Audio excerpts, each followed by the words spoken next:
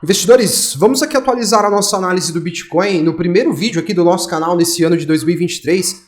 Inclusive, quero aproveitar essa oportunidade para desejar aí um feliz ano novo para todos vocês que têm acompanhado aqui as análises do canal, dizer que vamos estar junto nesse ano de 2023 também, e desejar a todos vocês um grande ano, não só aqui no mundo dos investimentos, mas também em todos os objetivos que vocês tiverem aí para a vida de vocês, certo? Bitcoin nesse momento está sendo cotado a $16.800. O BTC tem tido uma volatilidade, né, uma movimentação de preço bem pequena nessas últimas semanas, nesses últimos dias aí. Isso já vinha sendo projetado por nós aqui no canal. As últimas semanas do ano, principalmente a última semana, ela sempre é uma semana de pouquíssimo volume financeiro, né? A margem de capital que é transacionada no mercado nas últimas semanas do ano geralmente é bem baixa, e isso, no caso do Bitcoin aqui, fez com que ele não se movimentasse muito, né? A gente traz aqui para um gráfico de 4 horas e aí a gente consegue observar que ele ficou meio que numa lateral aqui, né, nesses últimos dias. A gente pode até entender que ele vem aqui em um cenário de certa lateralidade desde aquela agulhada que o Bitcoin deu, renovando a mínima do ciclo corretivo. Essa mínima foi aqui na casa dos $15.500, aconteceu lá em 22 de novembro. E a gente vê que essa região aqui dos 16.800 é uma região bem importante para o BTC, né? Em alguns momentos, o Bitcoin até se projeta para baixo, mas ele volta a se projetar para cima para se reencontrar com essa região. É uma região que está oferecendo resistência já para o BTC. O BTC já formou uma resistência dentro desse nível aqui dos 16.800. Ele precisa romper nesse momento essa região para, quem sabe, ele vir fazer um teste aqui na casa dos $18.300, né? O que a gente vinha colocando para vocês nos nossos últimos vídeos é que a gente permanece aqui com uma perspectiva de que o Bitcoin até pode se projetar para cima, para ir buscar níveis ali próximos dos 19, ou quem sabe até $20 mil, tá, investidores? Vou voltar aqui para o gráfico diário que vai ficar melhor para a gente olhar essa movimentação. Ó. E a gente já imagina aqui dentro dessa faixa de preço aqui, ó, mais ou menos aqui começando já próximo dos $19 mil, a gente vai ter aqui uma resistência para o BTC, a gente vai ter aqui também a região do 0,61 de Fibo na retração desse movimento de impulso de baixa aqui, que foi o crash da FTX, né?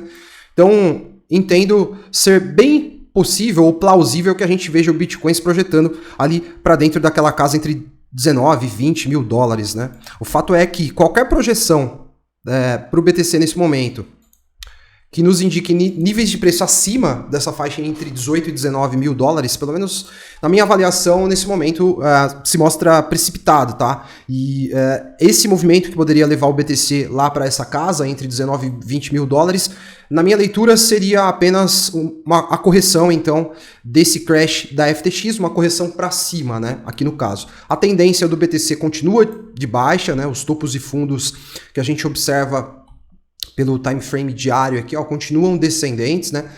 Isso configura aqui a tendência de baixa que o Bitcoin formou desde o topo histórico que ele deixou lá em novembro do ano passado, né? Desde então, apenas as mínimas passaram a ser renovadas e não tivemos, então, até o momento, sinais aqui de uma reversão consistente que nos permitisse trazer aqui no canal análises um pouco mais otimistas, né? Eu não vejo a hora de poder trazer aqui análises mais otimistas, até porque tenho comentado que esse cenário baixista ele vai esgotando a energia da gente, as análises vão ficando até mesmo chatas, né? Porque a gente sempre está falando de mínimas serem renovadas e, na minha interpretação, até o momento, a gente não tem ainda catalisadores aqui que possam potencializar compras que levem o BTC, nesse momento, a reverter essa tendência de baixa. Eu ainda sinto que no mercado a gente tem aí vendedores com um ímpeto maior e o mercado encontrando razões para entrar mais pesado na venda do que na compra, né? E eu acredito que essa pressão vendedora, ela se dá por alguns fatores que a gente já vem comentando aqui. A gente entrou num ano novo, mas a pressão vendedora continua acontecendo pelos fatores do velho ano de 2022, né? A gente tem aí um processo de desalavancagem que vem acontecendo em todo o mercado cripto, com falência de diversas empresas que operaram margens de alavancagem muito altas. A gente está vendo aí ainda grandes instituições do mundo cripto com problemas, né? A gente tem aí a Gemini envolvida em um imbróglio com a Genesis, que está devendo dinheiro para os clientes da Gemini, e aí a gente ainda não sabe ao certo como que eles vão conseguir resolver essa situação, mas no mercado cripto a gente sempre fala que, cara, onde há fumaça, há fogo, e quando há uma fumaça, cara, sai correndo, porque geralmente se o pior se concretizar, não vai dar tempo de fazer nada. Então, a gente ainda tem esses riscos inerentes ao próprio mercado cripto, né? Em função, como falei, da desalavancagem que está acontecendo no mercado e que é um processo natural, é um processo muito doloroso, mas que é natural.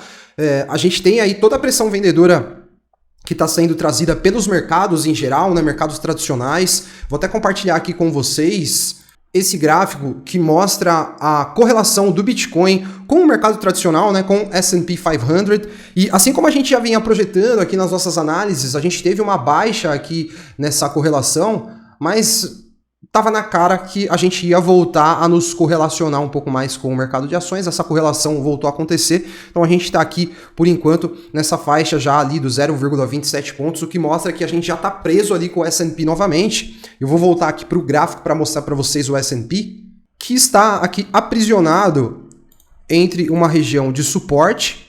Aqui no S&P, que tá, esse suporte começa aqui na faixa dos 3.759 pontos, vai até aqui mais ou menos 3.670 pontos, e entre essa zona de resistência que vai estar aqui na faixa dos 3.900 pontos. Então, em algum momento, o S&P ele vai escapar desse range aqui que está prendendo, né? Ele vai testar aquela resistência e se projetar para cima, ou ele vai testar esse suporte e se projetar para baixo. Como eu tenho colocado para vocês já aqui ao longo de todo o ano de 2022, investidores, eu continuo com uma expectativa ainda negativa para a Bolsa Americana. Vocês sabem que eu invisto também em ações, invisto também na Bolsa Americana. Acho um excelente instrumento de investimento, as empresas americanas. Contudo, eu ainda acredito que a gente pode ter aí mais quedas, e a gente vem projetando aqui um cenário para o S&P, onde ele pode vir buscar aqui níveis entre 3.249 pontos, o que já colocaria ele lá no nível pré-pandemia, né? Ou quem sabe aqui em um cenário ainda mais pessimista, que estaria ali em torno de 2.878 pontos. Então, se de repente o S&P for buscar aqueles níveis, a gente tem aqui uma margem de 15% de queda até esse primeiro nível que a gente colocou, que seria aqui o retorno do S&P para o nível pré-pandemia, né?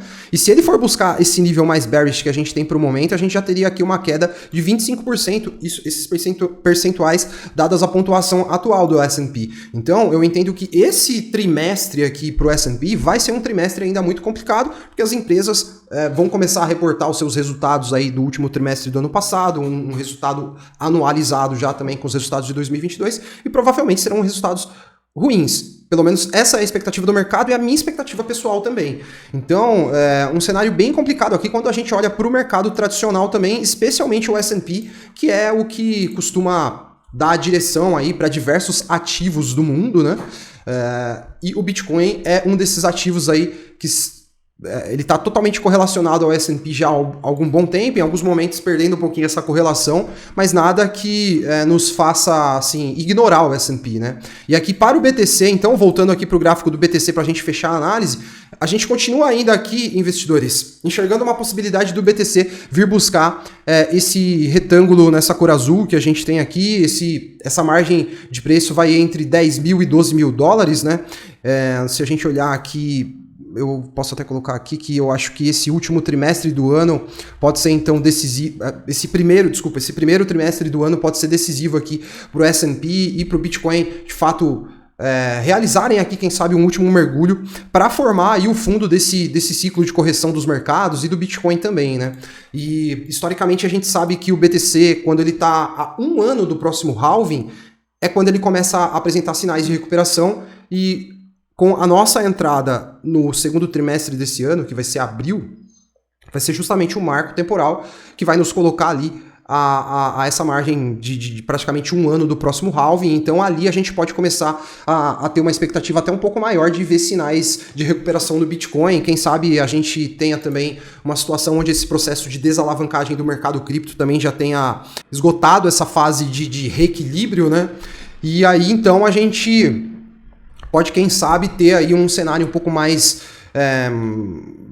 otimista, ou quem sabe a gente começar a ver sinais de reversão aqui no mercado. E eu sempre coloco para vocês que assim, a gente vai acreditar que o mercado vai reverter quando ele nos trouxer os sinais claros, e por enquanto esses sinais não são observados. A gente tem aqui, ó, pelo time frame semanal, topos descendentes que vêm se renovando, com mínimas que vêm se renovando aí a cada semana. Então, bom, ainda é precoce falar sobre altas para o Bitcoin. E quando esse movimento de recuperação acontecer, ou de repente até um pouco antes, a gente vai conseguir capturar isso e quem sabe até antecipar para vocês aqui no canal. O fato é que por enquanto ainda as análises são análises bem pessimistas.